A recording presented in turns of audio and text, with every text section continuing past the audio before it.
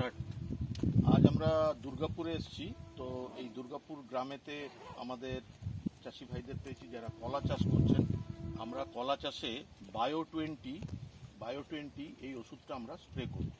বায়ো-20 কি না, এর মধ্যে কি কি রয়েছে যেগুলো গাছের জন্য প্রয়োজন আমরা সারের মাধ্যমে দিচ্ছি, সেগুলোই পাতার মাধ্যমে স্প্রে করব। এবং স্প্রের ডোজ কত?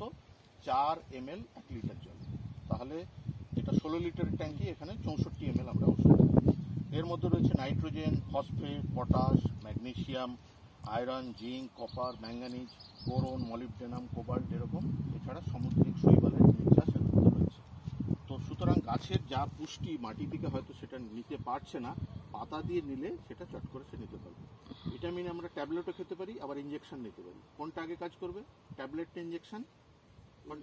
ইঞ্জেকশন, যেহেতু রক্তের মধ্যে ডাইরেক্ট চলে যাচ্ছে। সেরকম গাছকে শিকড় দিয়ে খাওয়ালে, পাতা দিয়ে খাওয়ালে কোনটা আগে নিতে পারবে?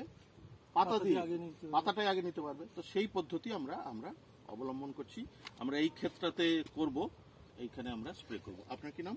আশাফুল মন্ডল। আশাফুল ভাইয়ের জমিতে আমরা এটা করব।